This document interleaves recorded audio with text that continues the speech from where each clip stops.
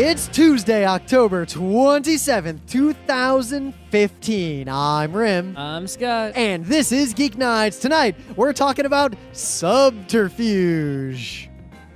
It's about submarines. Let's do this. Get it? So, this is kind of news. It would be meta normally. We'd say this at the end of the show, but I'll bring it up now. Well, save it for the meta moment. Yeah. Maybe we'll bring it up in the meta moment. We will, but I'll bring it up at least here. For those of you who just listened to the show. This is all Rim's idea. Yeah, which is, I've noticed that there's people who are in the forum don't listen to the show, and people who listen to the show don't use the forum. So we launched a Patreon, mostly to fund Rim launched a Patreon. all the projects we want to do that we can't do for a lot of reasons. He probably won't do anyway. He probably won't do anything different than he did before. No, we'll do more stuff. The Utena thing's going to happen. Uh-huh. Yeah. Uh-huh. Well, if you don't come over and do it, I'm just going to do them all myself because actually I can do them a lot faster that way. But anyway, if you want to give us money, we have a Patreon, and now there's a way for you to do that. And if we hit $300 a month, our first little goal, I put goals in there, then we're going to release all the beta episodes of Geeknights, which a listener just now messaged me and found them online. They're not hard to find. It's just just common sense URL pattern. Little bit of thinking. Got to know some stuff. I've given all hints that I'm ever going to give in that forum thread, and some people figured it out. But I looked at what's in there. I think I have more episodes that we never put anywhere. I don't know about that. Well, I have a lot of I have all the FLAC files from the original days, but anyway. That's interesting. Yeah, I'm going to do a comparison. That those were all that there was. I'm going to figure that out for sure, and if we hit that goal, I'm going to publish them for backers, like, one by one with commentary, and I'm going to remaster them as much as I can, because the MP3s we uploaded. You do podcast commentary. That's not... No, I'm going to introduce them like, okay, here's the deal. Okay. I don't want someone to listen to one of those and be like, this is fucking Geek Nights? This is what you guys listen to? Because they're not good. But yeah, I don't understand why even people give us money for this. Like, why? Why? Yeah, well, honestly, we'll get into it more. We'll talk about it in the meta bit. You should probably cancel your Patreon contribution. We also, we are reselling the original Geek Nights t-shirt. Why not? See, that's even crazier than paying for Geek Nights. I mean, Geek Nights will at least entertain someone better than some other podcasts. I mean, there are definitely better podcasts than Geek Nights, but there are also many, many that are worse. Yeah, not gonna lie, I can't listen to most podcasts. Geek Nights is bad, but it's still better than most podcasts. Well, so the funniest thing, why would you wear a picture of us on yourself? So true fact. And why would you pay money for that privilege? I wore that t-shirt to work today. Why? To see if anyone noticed that I was literally wearing a shirt that had a picture of me on it. Mm-hmm. No one noticed. Okay. Or at least no one said anything. Mm-hmm. I think they would have said something. I was kind of hoping they would. But yeah, the t-shirt's back, and like 4 of you have bought them. So before I good. That's a reasonable expectation for how many stupid people are listening to the show. Because people listening to the show usually aren't that dumb. So 4 dumb people, okay. But yeah, Scott's the self-deprecating one. I remember way back, we were at ZenkaiCon, and this kid, like a young kid, like obviously like early high school, comes up and is like, "Oh my God, Rim and Scott, I'm a big fan of your show. Can I have your autograph?" And our 2 responses were me doing my usual, "Well, sure, glad you listened. Thanks to whatever." Shake his hand. And Scott's like, "Why do you want my autograph?" That's stupid. Autographs are stupid. What is wrong with Don't listen to our show. Why do you want this for? But I needed a video to put on the Patreon, so all I did was string together us introducing ourselves at a whole bunch of different panels over the years. That's a good video. We always do the exact same shtick in the beginning of every panel, and I never really realized it until I watched it go by. What I put in that video is a small fraction of the dozens of almost identical things we've said over the years. It's a good video. Yeah. And the only problem is the quality of the video gets worse and worse and worse as I go further back. But anyway, in the actual news, it's Tuesday. This isn't the meta part. We're not supposed to talk about Geek Nights other than during the one specific part of Geek Nights. Gamergate's back in the news a little bit. Why are you talking about them? Because this is actually worth knowing about. So South by Southwest is a convention. It's not really a convention. It's Well- this thing that sort of takes over Austin and messes up the town for a few days. Now remember, and it's really weird. It's not like any other. I mean, I've never been to it. well, so I like don't know. MagFest. MagFest isn't a convention either. It's a festival. Whatever. MagFest is like conventions despite its name, right? Yeah. It just happens to have concerts that don't stop. Its schedule's a little different. But South by Southwest is like it's spread out all over town with these separate events. You know how PAX, there's sometimes like corporate events outside of PAX, right? It's South by Southwest, for what I can tell, is a lot of things like that.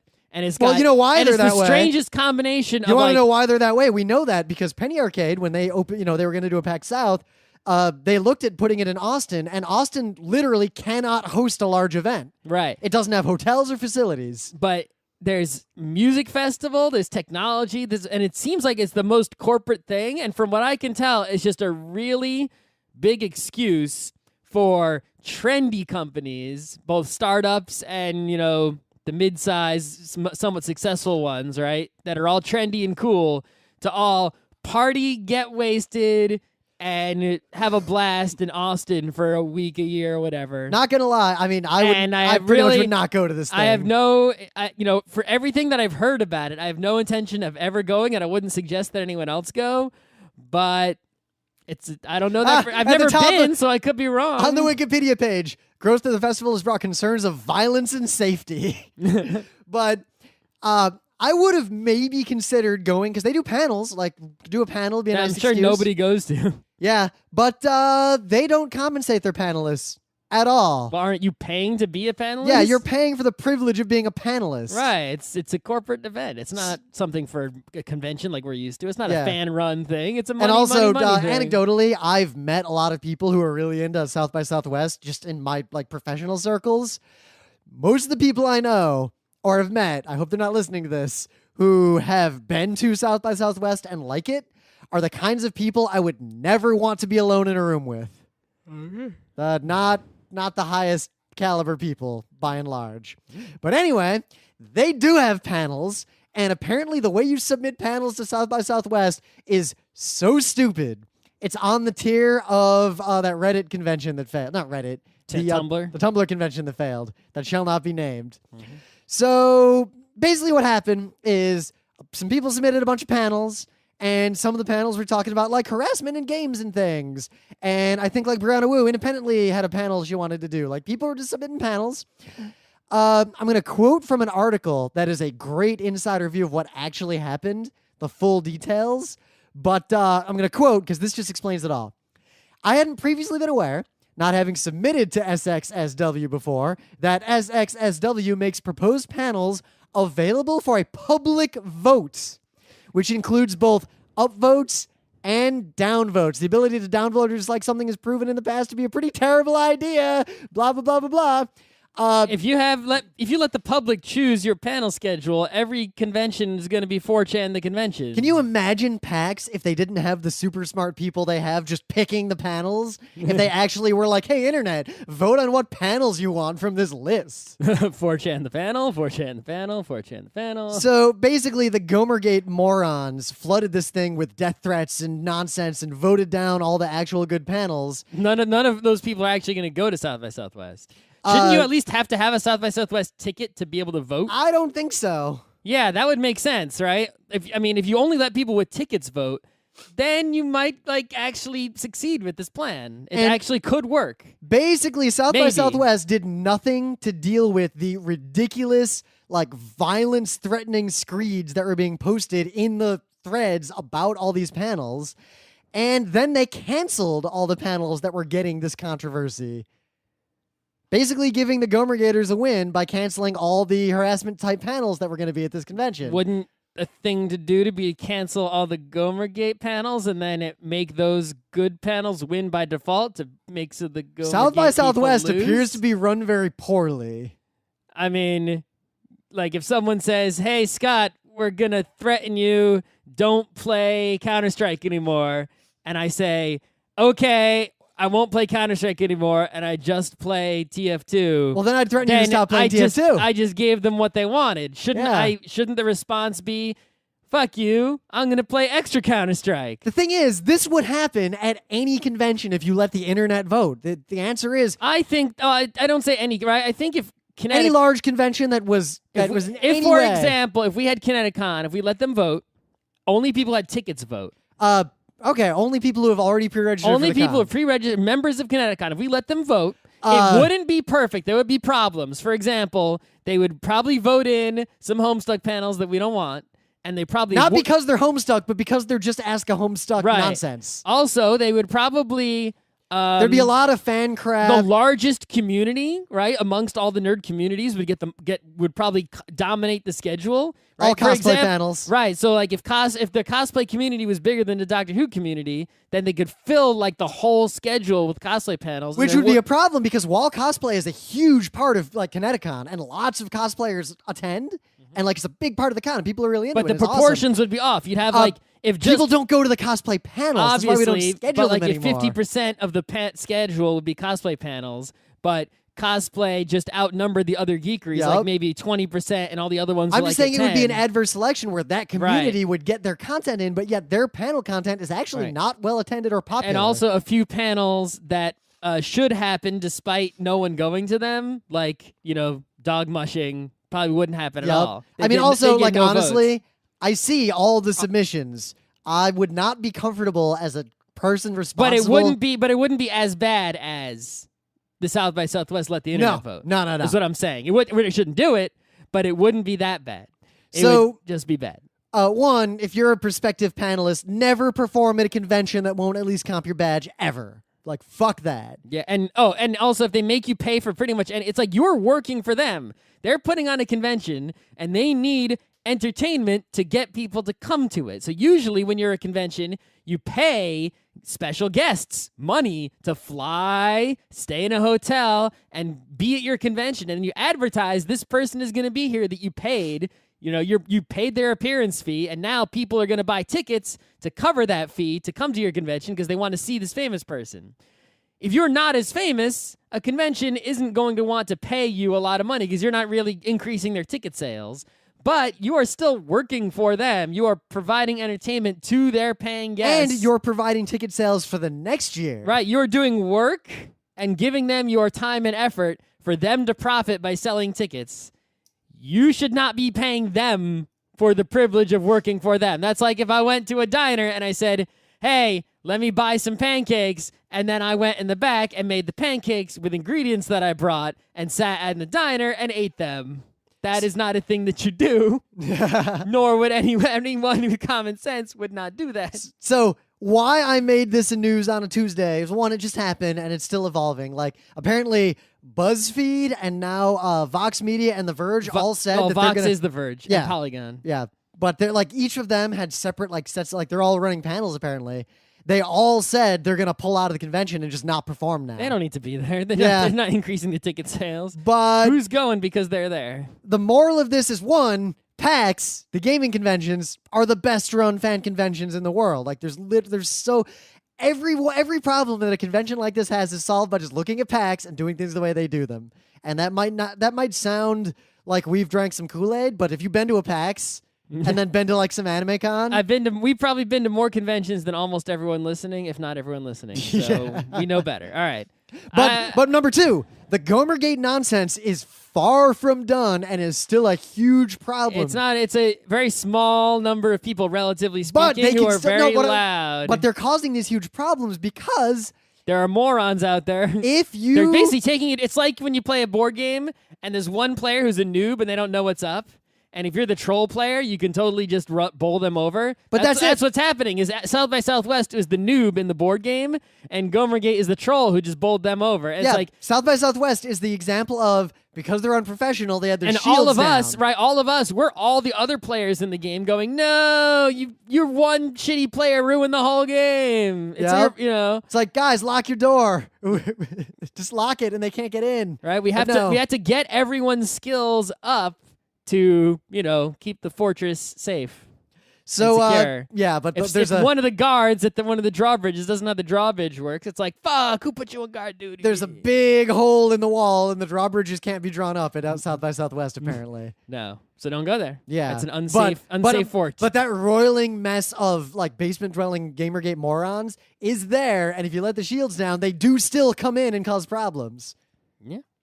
So you got any news? It's Tuesday. I don't have any news because there's a whole bunch of little gaming newses. Like, for example, Fallout 4 is like imminent, and they finished all their cute little videos. Oh yeah. And I really want to play it, but I'm waiting for the Game of the Year edition for $10 or whatever. That's going to be in Steam sale 2016 holidays. Smart money. Right. I mean, why would I pay $50 now for the same exact thing next year for $10? Yeah, I learned that lesson with Fallout 3, and then like the way Fallout better 3 was version. literally the game where I learned the lesson. So there's no way I'm making the mistake on Fallout 4. If anyone though wants to gift me a copy early, I would play it now. I'm down with that, but I'm not paying. Wait! You don't want people to donate money to our Patreon, but you want them to just give you games.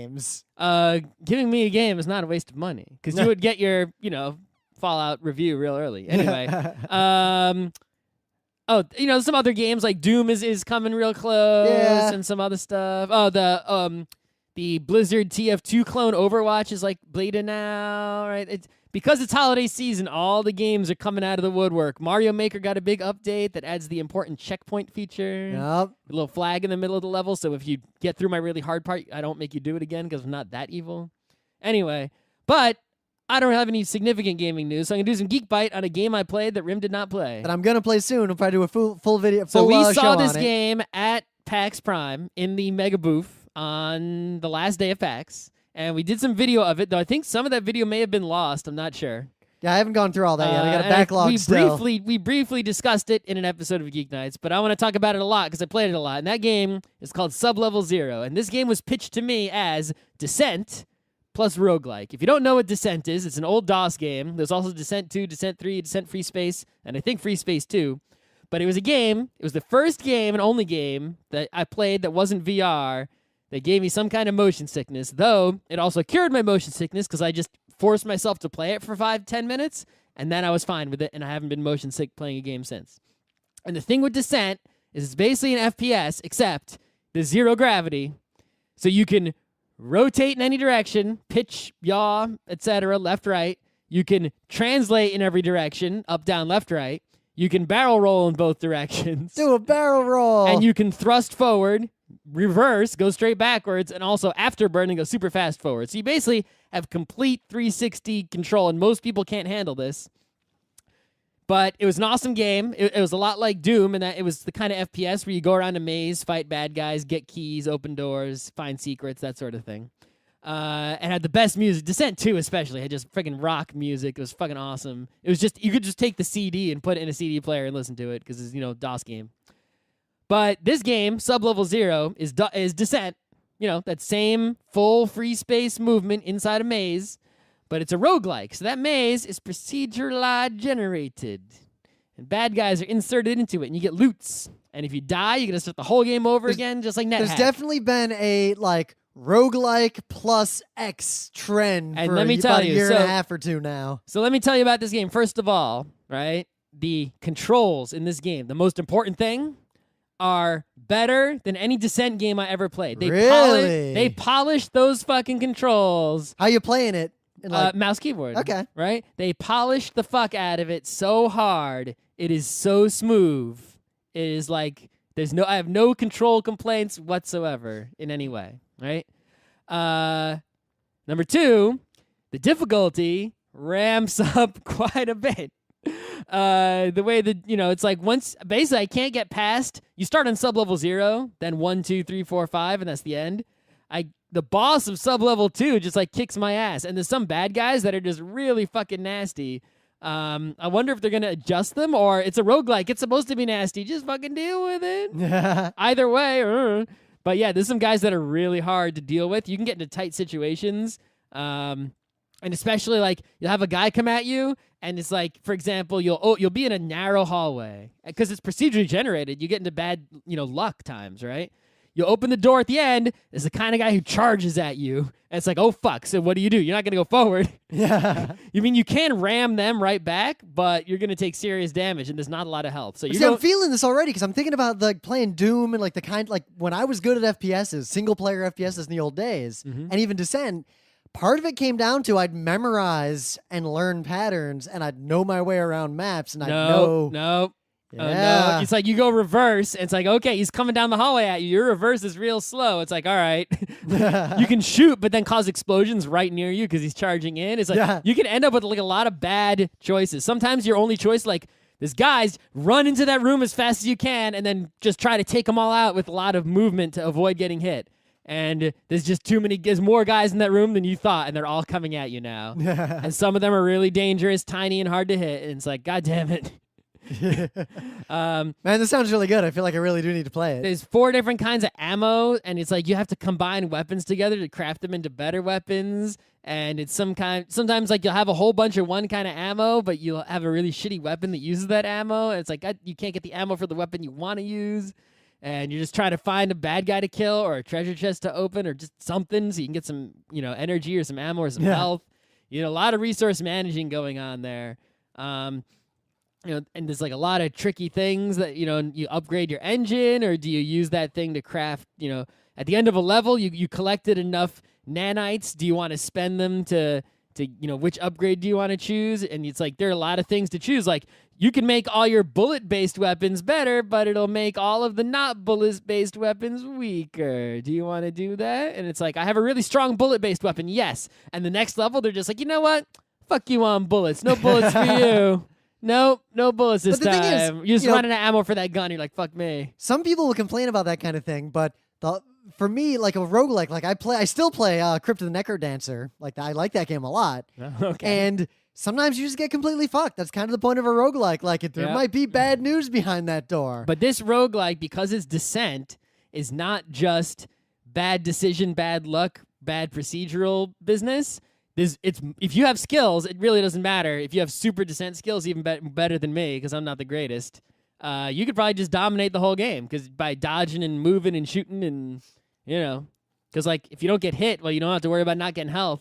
And if you kill guys quickly, then, with really accurate shots, you're not going to run out of ammo. So. Yeah. Well, I mean, Crypt of the Necrodancer, if you just are good at patterns, don't mess up, like everything's easy, and you'll just win. Just move right. But yeah, I'm pretty sure the Descent games themselves are on GOG.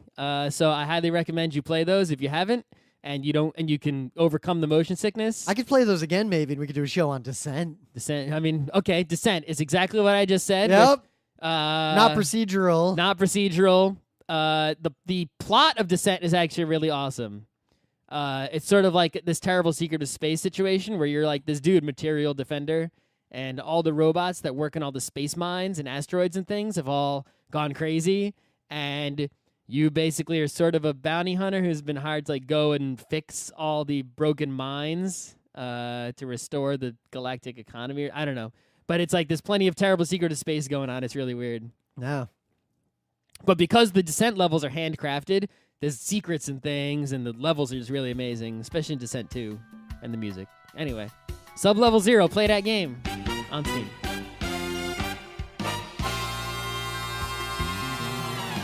Anyway, things of the day. This is just a fascinating little video that I saw. It's a rundown from a gun expert on 5 overly complicated guns. And it's... How could a gun be overly complicated? You put in bullet, there's revolver, bolt action, automatic. What kind of bolt, Scott? Open bolt or closed bolt? I'm just saying, none of these kinds are overly complicated. Yeah. What do you mean? One of these kinds? What constitutes an example of an overly complicated gun? These 5 guns in this video, and if you watch them, tell me about one of them. They're over-engineered. Like some of them have. I'm not an expert on guns to this degree, but like one of them has this complicated mechanism of loading the cartridges up into the gun. It's this pistol, but as a result, you actually load them backwards into the clip. Or not the clip. You load them backwards into the magazine. Does it reverse them when it gets to the top? I don't know. I didn't watch that part Is of the there video. like a little Ferris wheel where the bullet turns around? One of them just takes to weird. face forward? This one just takes weird. Or bullets. does it just shoot yourself when you shoot the it shoots out backwards? Some of them just have like really complicated stuff that makes them cool and awesome guns. Like the guy, basically all these guns are awesome according to the guy. Like really well designed, really awesome. They're just way over complicated, and a less complicated design that did a similar thing would be a lot more reliable in the long run. And there's a reason why these guns... And someone would actually be able to fix it if it messed up. Yeah, like there's a reason why these guns were not widely used as technology got better. If you can't take apart a gun, if you can't practice taking apart a gun and putting it back together really fast, it's not a practical gun. Well, or like they have a lot of interesting features that just aren't in other guns. He talks a little bit about like why they don't do that, even though it's super nice to have it. Why guns just don't have it. Those are really well shot. Like it's a good video. All right. So this guy, he made some kind of program. I can't fully understand how he did this, technologically speaking. But what he did is he took real music. Specifically, the number one example he used is "Staying Alive" by the Bee Gees. That song. And he converted it into a MIDI file. It's like, well, there's MIDI files of that. You can make a MIDI file. I had some applications that did shit like that in the past, right? But they were really bad at it. Sure, but he didn't make a MIDI file that just sort of like results with like the score. You know, the same. Like if you took the score of the song, you bought a copy of it or printed a copy of it out and typed it into one of those songs where you can just score music and then it plays it back with MIDI. Like the old Cakewalk Studio. Right. It's like that's not what this does. Yeah, what it does is it uses various piano instruments, I think as many as a MIDI file can handle, and by playing notes on the piano, actually plays the frickin' song, and you can even hear the vocals, but it's like, it's this weird psychological trick where like, if you listen to it, it just sounds like a mess. But if someone tells you, oh, by the way, this is Staying Alive by the Bee Gees, and you know the song, and you start listening to it, it's like you hear the vocals, and you're like, oh my God. Oh. And suddenly you hear the song. And it's really just a ton of freaking piano notes. Like if you had freaking Mario Paint, but they let you use as many freaking swans as you wanted to. And you can stack up the swans and squeeze them as close together, and you'd unlimited. So I imagine it's doing one of those unlimited MU for swans. It's like sub-pixel rendering. It's using your brain tricks. It's like rendering part of the song in your brain based on your memory. Right. So he does a bunch of songs in this video, but you only need to hear the first one, and it is freaking. That's pretty cool. And he really pushes MIDI to the limit, and it's like, why is MIDI even still a thing? Because MIDI's useful because it's basically a command and control architecture for controlling remote instruments. But we can now, it was useful when we didn't have PCM enough memory to just do everything with PCM. Well, no, it's not because of the PCM as much. It's not. It's basically what you're saying is it's a mechanism you can chain a bunch of real instruments together and send digital abstract signals that say play this kind of note, but the instrument does it however it knows best. But whatever that instrument is going to be a synthesizer. And you could have just had. Plus, there's a PCM. lot of existing technology, like our mixer, like FireWire is already way obsolete. Yeah, and yet we don't need our that. mixer's FireWire because that's this mixer's perfectly good. It'll be good for 20 years to I'm come. telling you, let's just make a company that makes audio equipment that's only modern. Nah. A lot of stuff supports MIDI though. Right? We could start by. we just start by selling it to like all like those guys at concerts in the middle. I could do a show on MIDI. I could tell you guys how that works. Nobody cares about this dead technology. I used to have a lot of expensive It's MIDI used shit. only for making quirky YouTube videos. Yep. I used it to back before MP3s. I had a piano that had MIDI, like a really nice digital piano, and I would actually download MIDI files, mess with them to make piano like mixes of songs, and then play them through the piano because that sounded better than the synthesizer in my Sound Blaster for playing a piano song. Oh, your keyboard had a better sound card than your yeah, sound my card? keyboard had a really expensive sound card, effectively. Yeah, but this is not the thing of the day, but we did a thing of the day a while back where there was a guy who told you how like the graphics in old computers worked. He did a video more recently that tells you how the sound in old computers work. You should watch that because it's related to this discussion. Yeah. So in the meta moment, the book club book was and still is The Wheel of Time. We did book 1. We did a whole show on it. You can go listen to it. I started book 5 a little bit, but then I'm reading comics now, so. Yep. I basically just finished book 4 for real, so I could start book 5 any day. Mm-hmm. I haven't really yet. Maybe we'll just pause there. Maybe we should do a mid show on it. As I said, we launched our Patreon, so if you give us any amount of money, you'll get a bunch of content in there.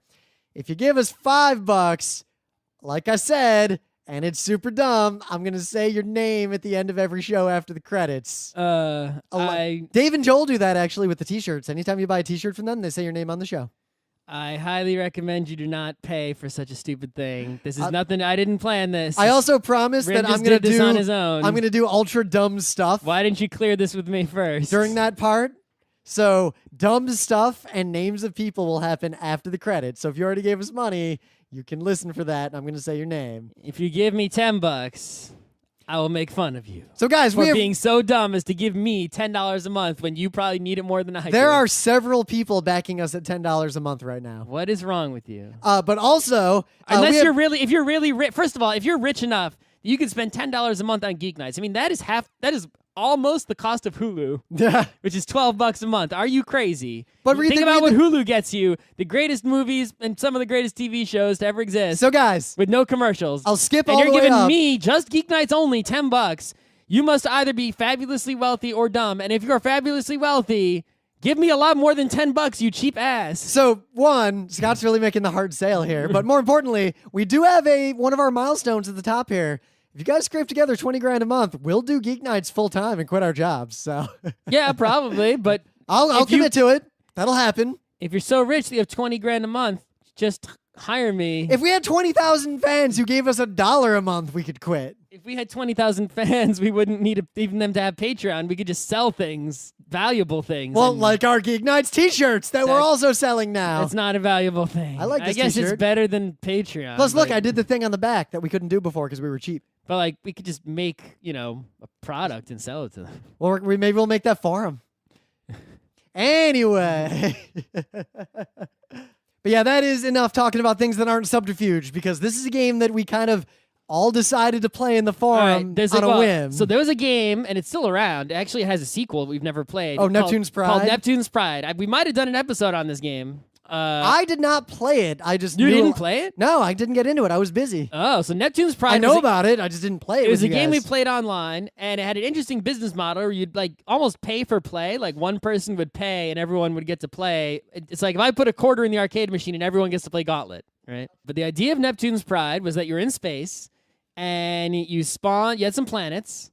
And you could order ships to fly from planet to planet in groups of however many number. And it wasn't complicated like Master of Orion customizing ships. It was just how many ships. So you would say like, oh, I'll send 100 ships from here to there. And obviously if there was uninhabited, you would take it over and it would start producing ships. And if there was inhabited by you, it'd just be like, okay, you docked to your base. And if it was inhabited by someone else, you fought. And whoever had more ships won, and then the remaining ships would still be there. But anyway, so think of these as like RTSs, but distilled to their fundamental elements. Right. Now, the thing is, with Neptune's Pride, is that the ships moved not in real time, but also in real time. Not in real time as in, this is how fast ships move in space, but as in, it would say on the screen, it will take 3 hours and 40 minutes for those ships to get there. No one thought you were saying they move in real time in space like real spaceships. But in 3 hours and 40 minutes, that's when those ships will get there. So you're basically checking this game 24/7 or every once in a while to make sure nobody because if somebody springs an attack on you and it takes 5 hours for those ships to get there and you didn't check the game in those 5 hours, you just got blowed up without realizing it. So you have to check at least, you have to say, okay, if anyone attacks me, the soonest they can hit any of my planets is an hour. So I have to check hourly to make sure there's no sneak attacks. But anyway, so this Subterfuge game that we got into, very similar, even more distilled. But it fixes all the problems of Neptune's Pride as far as I can tell. It is described as a week-long game of strategy and diplomacy because the time frames are, like, if I want to move guys from one of my bases to another outpost, the time might be like 40 hours. Yeah, it's a lot longer. So here's what Subterfuge differs from Neptune's Pride and how it fixes it. Number one, in Neptune's Pride, it was in space. So you might be positioned at the start of the game like on the edge. So you're only facing like one person to like the left of you if you're on the right side, maybe someone below you and or above you, but someone's in the middle and someone else is off. Like it's like the positions are very bad. Subterfuge, it's a planet made of water and you all live in submarines instead of outer space, but it's the same goddamn thing. It doesn't matter. So but everyone is surrounded. The planet at the start. The planet is round. You can wrap around like Pac-Man in every direction. So everyone is equally surrounded on all sides by everybody. So there's no bad positions, really. Right? The other thing they fix is that it's not just a numbers game, right? A lot of times Neptune's Pride was like, well, I have more guys than you. Deal with it. You're going to lose. Yep. Here, every once in a while, everyone, no matter what, gets a specialist. And if you get you can choose from among 3, and you know which 3 are coming up next to choose from. And specialists are really powerful. Like, there's some specialists that are just, like, worth 20 ships in a battle, but they keep fighting. As long as they don't die, they keep giving. Yep. They're ultra powerful. They're really powerful. This ship just moves twice as fast, 3 times as fast, I just got one that extends my sonar range. It's like, I don't have any fog of war really anymore anywhere that matters for me, because I can see so much further than everyone else who doesn't have that specialist already. But the biggest change in that regard to make it not a numbers game is that if I had to say what this game is most like, it's most like the board game Diplomacy. Yes, it's most like it fixes diplomacy too, because really, this is a vote who wins game in the end, right? Neptune's Pride had some flaws in the vote who wins because your votes were limited by your, numbers or your position. Now, you can pretty much vote for I can't vote for the one person I can't get near, the person I want to vote against so badly. You need to vote against that person anyway. I want to vote against them so badly, but I can't they're so far away, I can't do anything about it. Maybe I'll give you a base near that person, and you can send your fleet there and then reconnoiter. Yes, and leave my bases open for you to take back that I took from you. I need that factory back real bad. No, I took that factory with my superior might. So the game has a very clever chat thing where you can start a chat between you and any combination of other players. So I started so at one point someone started a chat with everyone except one player, and that was the war room of how do we get this player out of the fucking game. I have a chat with just one person. I have a lot of chats. Yep. Everyone's chatting me up. But like I have a chat of one alliance, I have a chat with another alliance, and they're not the same people. I have 2 chats, one with 4 people and one with 3 people, because that 4th person's dangerous. Luckily, they're about to be eliminated, I think, so I don't have to worry about them as much anymore. I have a lot of chats. So the game comes down to not checking every few hours and doing stuff so much, but making deals and just doing the diplomacy game. Right. If you want to attack someone, you're basically going to have to leave something undefended to someone else, because you're surrounded. Everyone's surrounded. So if I attack Rim on the right, I'm leaving myself open from the north, because it's my northeast place I'm evacuating to send my... Because if you have a guy in a outpost, they're defending that place. If they leave to attack, that place is now less defended. And it can be, if you move your queen, which provides many shields and super defends one outpost, what if it gets hit mid-movement? It's not providing shields when it's in between outposts. It could just get blowed up. So you can only move it when you're sure nobody's going to take advantage of that. But sometimes you have to trust people. And you know what? Otherwise, I have a list now of the people I can trust, because I've been trustworthy for real. And the people that I will never trust in this game again, ever. I guess you can never trust me again because I blew your shit up. Yeah, you didn't specifically say you wouldn't, so I guess that's okay. But anyway. But the other reason why... I basically just saw that you left this place completely undefended. Because I was helping Ro out, because we had to take care of Pichu. I saw a completely undefended place. I had a super strong position in that area, and I needed a factory. So I'm like, it's Rim. I don't want Rim to win. Yeah, because I'm not winning, actually, because... that's good, but it's in the game we played, with the exception of, 1 or 2 people, everyone in the game messaged me. It's a vote who wins game. Very shortly. If I have the ability to cast a vote against someone, I have to cast at least 1 vote against Rim. Yeah, so... Why would I vote for Rim? So I get all these messages from all the other players, one by one, over the first few hours of setting up the game, saying, yeah, Scott formed a chat of everyone but you and is trying to get everyone to gang up on you. LOL. No, all I said in that chat was, look, guys, remember, this is the vote who wins game. And I don't care if I lose, just don't vote for Rim. It was interesting That's what I said. It was interesting who told me about that chat, when they told me about it. I should have just included you in the chat, because I told you about the chat. That would have been even better. But other people told me about the chat on their own. 2 people sent me screenshots of it in case I didn't believe them. And I just want to point out, there was one person who specifically did not tell me about the chat, attacked me immediately, and yeah. Someone fell for the vote against Rim? Yeah, not going so great. That's interesting. But the other game design thing it does to make the diplomacy stuff happen and make it fun is the way you win is there's a resource you can mine. You have to give up. That's the other thing it does that fixes Neptune's Pride. Well, so basically you can mine the stuff, Neptunium, and if you hit 200, You just win, game over. I like to call this the Gandhi strategy. The first person to get 200 just wins. So you don't have to go conquering everyone. You can just hold up and defend yourself and spend all of your extra subs making mines. And if you can defend those mines and no one can take them from you, you can get enough points to just win the game just by defending. Now, if you... But in order to build a mine, you have to sacrifice lots and lots of submarines. So every time you build a mine, that place you just built a mine is now super undefended because you there's way more to there's way more to it than that. A ton of subs from a design standpoint. So if you attack someone else's mine and take it from them, you get that mine. You get the mine. You don't get any Neptunium. You just get the mine. But, so like if I mine 100 stuff from a mine and Rim takes that mine, he starts mining stuff, but I still have my 100.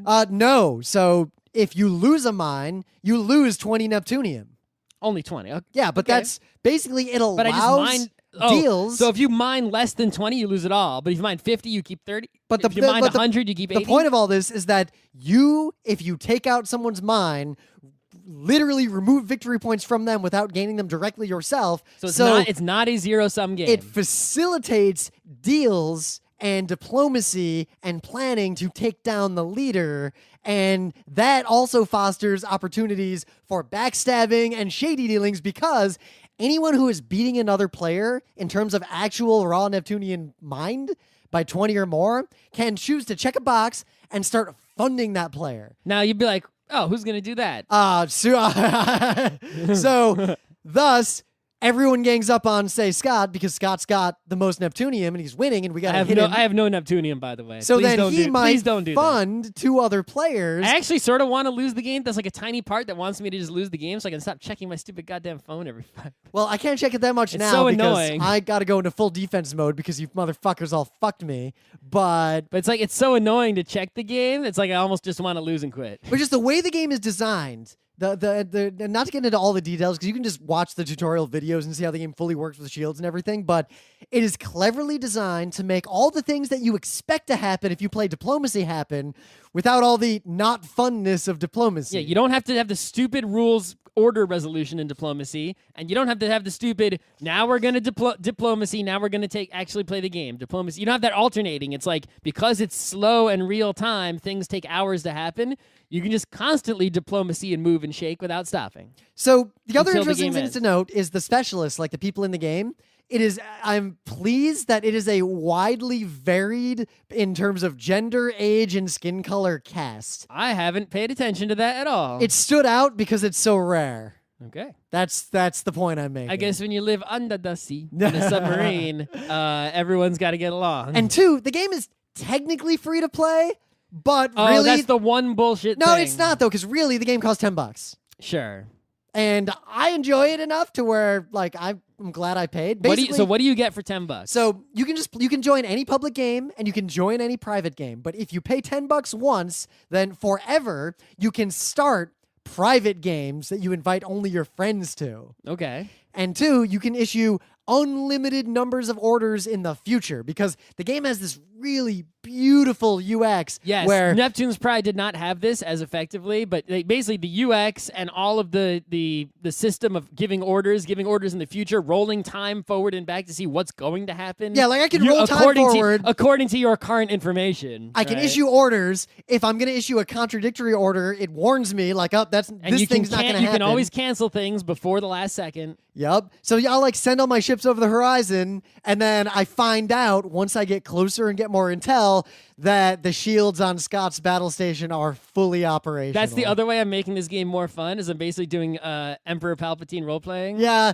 And so far I've had both situations. I've had my fleet on the far side of the Centauri moon. That happens. That Rim didn't know about. No, I didn't know about that. I wish I'd known about that. And then I had, he attacked, he counterattacked after I took his factory, and I'm like, oh, by the way, the shields will be fully operational when you arrive. And yeah, you can't recall a sub once you send it. Sure enough, 20 minutes before he lands, the Emperor lands just where he was going, and the shields go...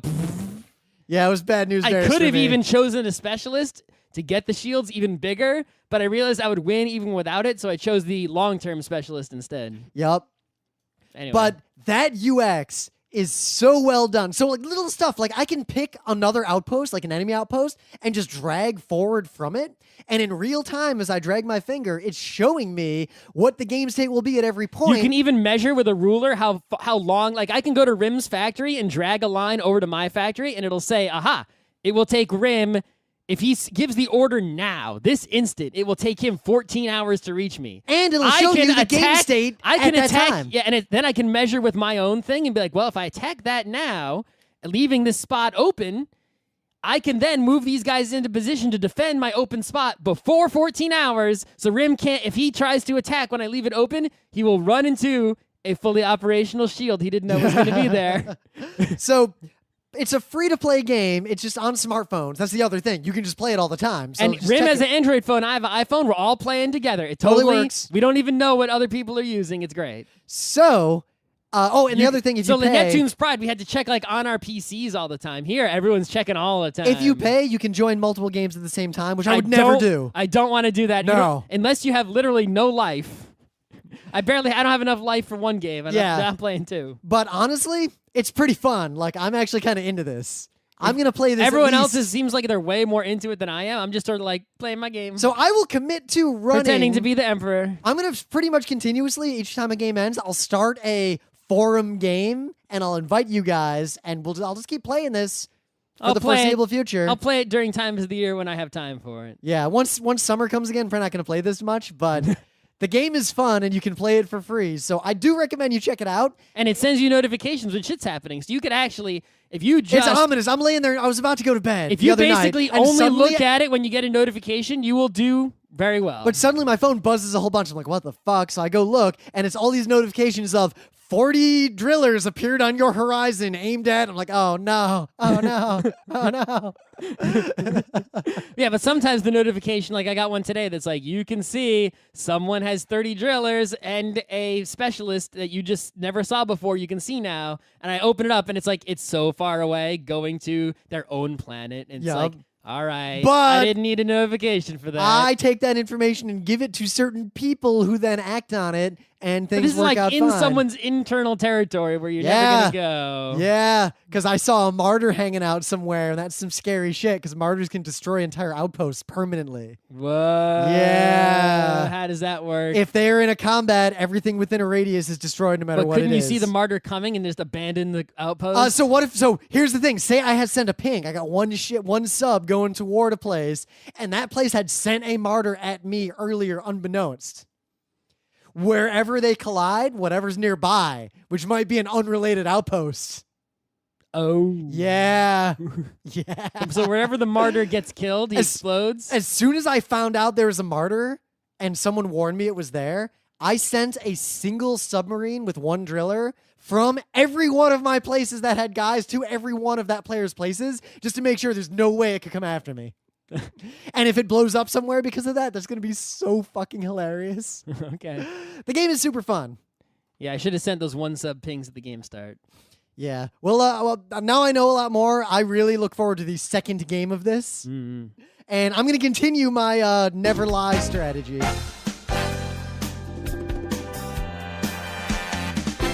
This has been Geek Nights with Rim and Scott. Special thanks to DJ Pretzel for the opening music, Kat Lee for web design, and Brando K for the logos. Be sure to visit our website at frontrowcrew.com for show notes, discussion, news, and more. Remember, Geek Nights is not one, but 4 different shows. Sci-Tech Mondays, Gaming Tuesdays, Anime Comic Wednesdays, and Indiscriminate Thursdays. Geek Nights is distributed under a Creative Commons Attribution 3.0 license. Geeknights is recorded live with no studio and no audience. But unlike those other late shows, it's actually recorded at night.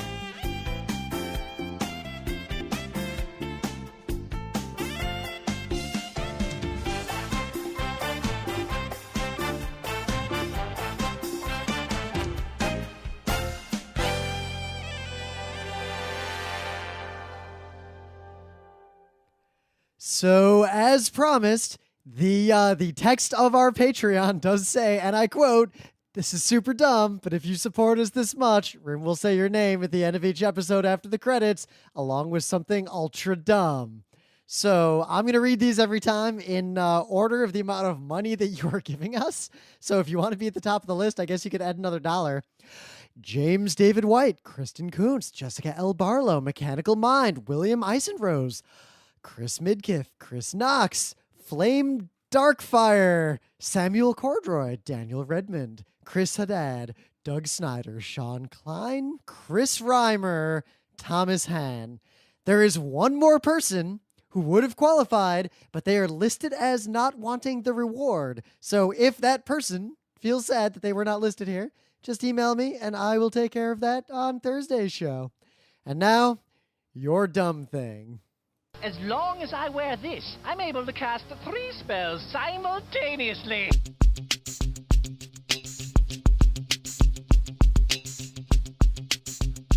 Remember, this is dangerous, kids, so don't try it at home.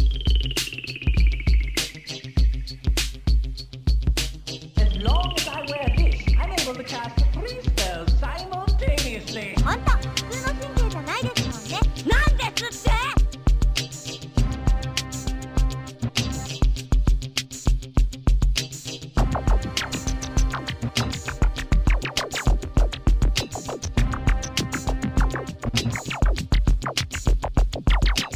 まずね、この門にファイヤーボールをどことぶち込んで、まずね、この門にファイヤーボールをどことぶち込んで。それは秘密だ。それは秘密だ。ほんと、普通の神経じゃないですもんね。なんですって？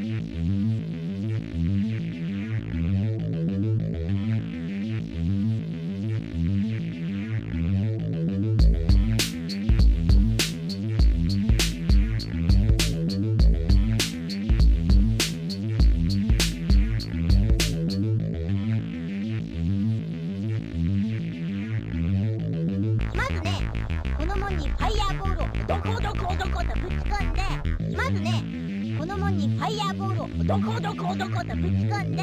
Remember, this is dangerous, kids, so don't try it at home.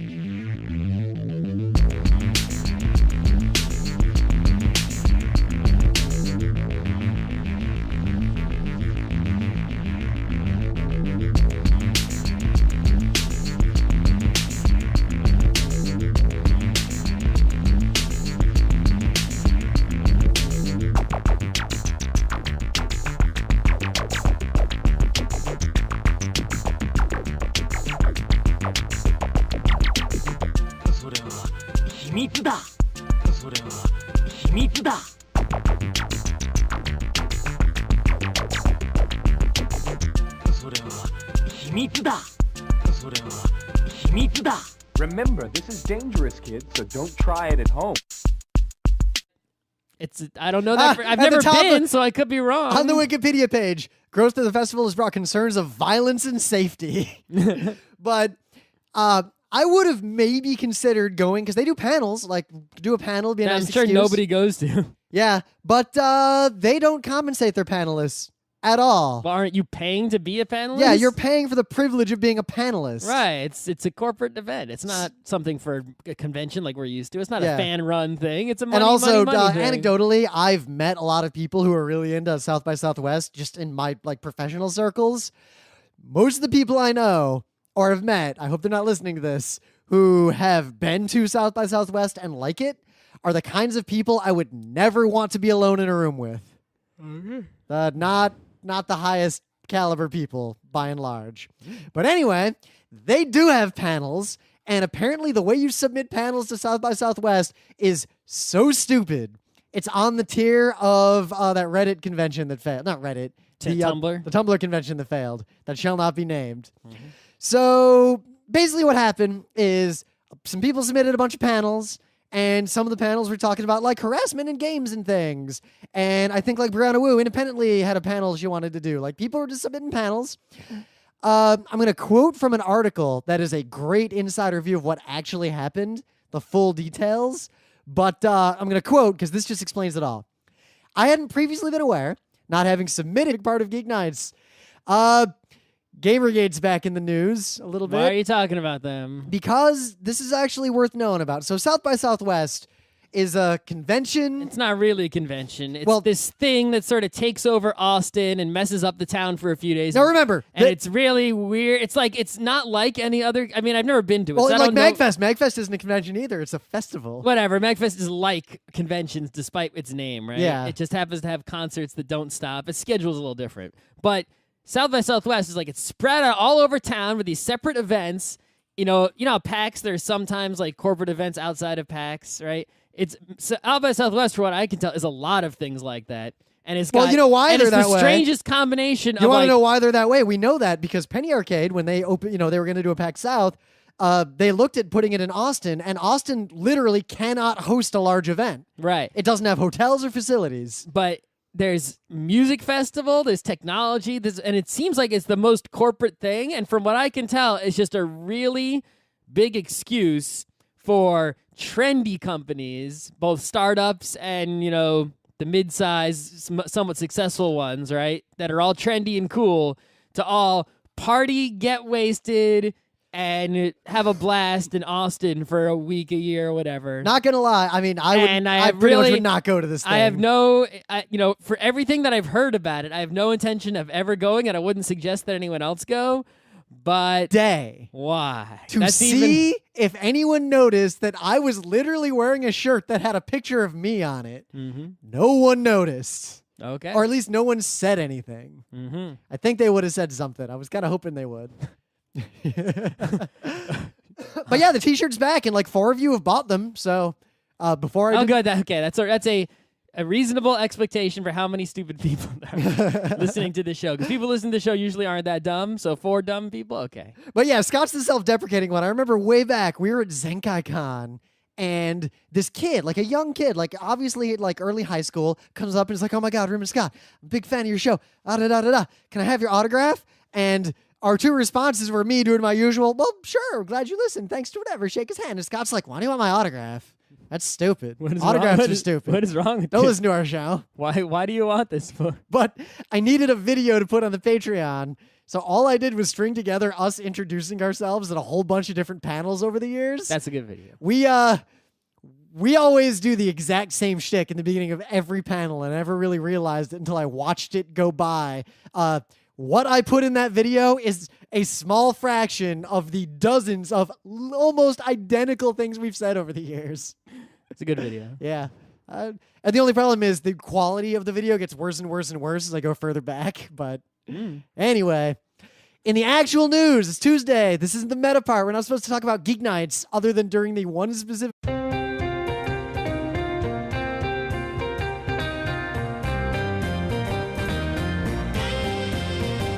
It's Tuesday, October 27th, 2015. I'm Rim. I'm Scott. And this is Geeknights. Tonight, we're talking about Subterfuge. It's about submarines. Let's do this. Get it? So, this is kind of news. It would be meta normally. We'd say this at the end of the show, but I'll bring it up now. I'll save it for the meta moment. Yeah. Maybe we'll bring it up in the meta moment. We will, but I'll bring it up at least here. For those of you who just listened to the show. This is all Rim's idea. Yeah, which is, I've noticed that there's people who are in the forum don't listen to the show, and people who listen to the show don't use the forum. So we launched a Patreon, mostly to fund Rim launched a Patreon. all the projects we want to do that we can't do for a lot of reasons. He probably won't do anyway. He probably won't do anything different than he did before. No, we'll do more stuff. The Utena thing's going to happen. Uh-huh. Yeah. Uh-huh. Well, if you don't come over and do it, I'm just going to do them all myself because actually I can do them a lot faster that way. But anyway, if you want to give us money, we have a Patreon, and now there's a way for you to do that. And if we hit $300 a month, our first little goal, I put goals in there, then we're going to release all the beta episodes of Geek Nights, which a listener just now messaged me and found them online. They're not hard to find. It's just just common sense URL pattern. Little bit of thinking. Got to know some stuff. I've given all hints that I'm ever going to give in that forum thread, and some people figured it out. But I looked at what's in there. I think I have more episodes that we never put anywhere. I don't know about that. Well, I have a lot of I have all the FLAC files from the original days. But anyway, that's interesting. Yeah, I'm gonna do I a thought comparison. that those were all that there was. I'm gonna figure that out for sure. And if we hit that goal, I'm gonna publish them for backers like one by one with commentary, and I'm gonna remaster them as much as I can because the MP3s I really we you can do uploaded. podcast commentary. That's not. No, I'm gonna introduce them like, okay, here's the deal. Okay. I don't want someone to listen to one of those and be like, this is fucking Geek Nights? This is what you guys listen to? Because they're not good. But yeah, I don't understand why even people give us money for this. Like, why? Why? Yeah, well, honestly, we'll get into it more. We'll talk about it in the meta bit. You should probably cancel your Patreon contribution. We also, we are reselling the original Geek Nights t-shirt. Why not? That's even crazier than paying for Geek Nights. I mean, Geek Nights will at least entertain someone better than some other podcasts. I mean, there are definitely better podcasts than Geek Nights, but there are also many, many that are worse. Yeah, not gonna lie, I Geek can't Nights listen is to most bad, podcasts. but it's still better than most podcasts. Well, so the funniest thing, But why would you wear a picture of us on yourself? So true fact. And why would you pay money for that privilege? I wore that t-shirt to work to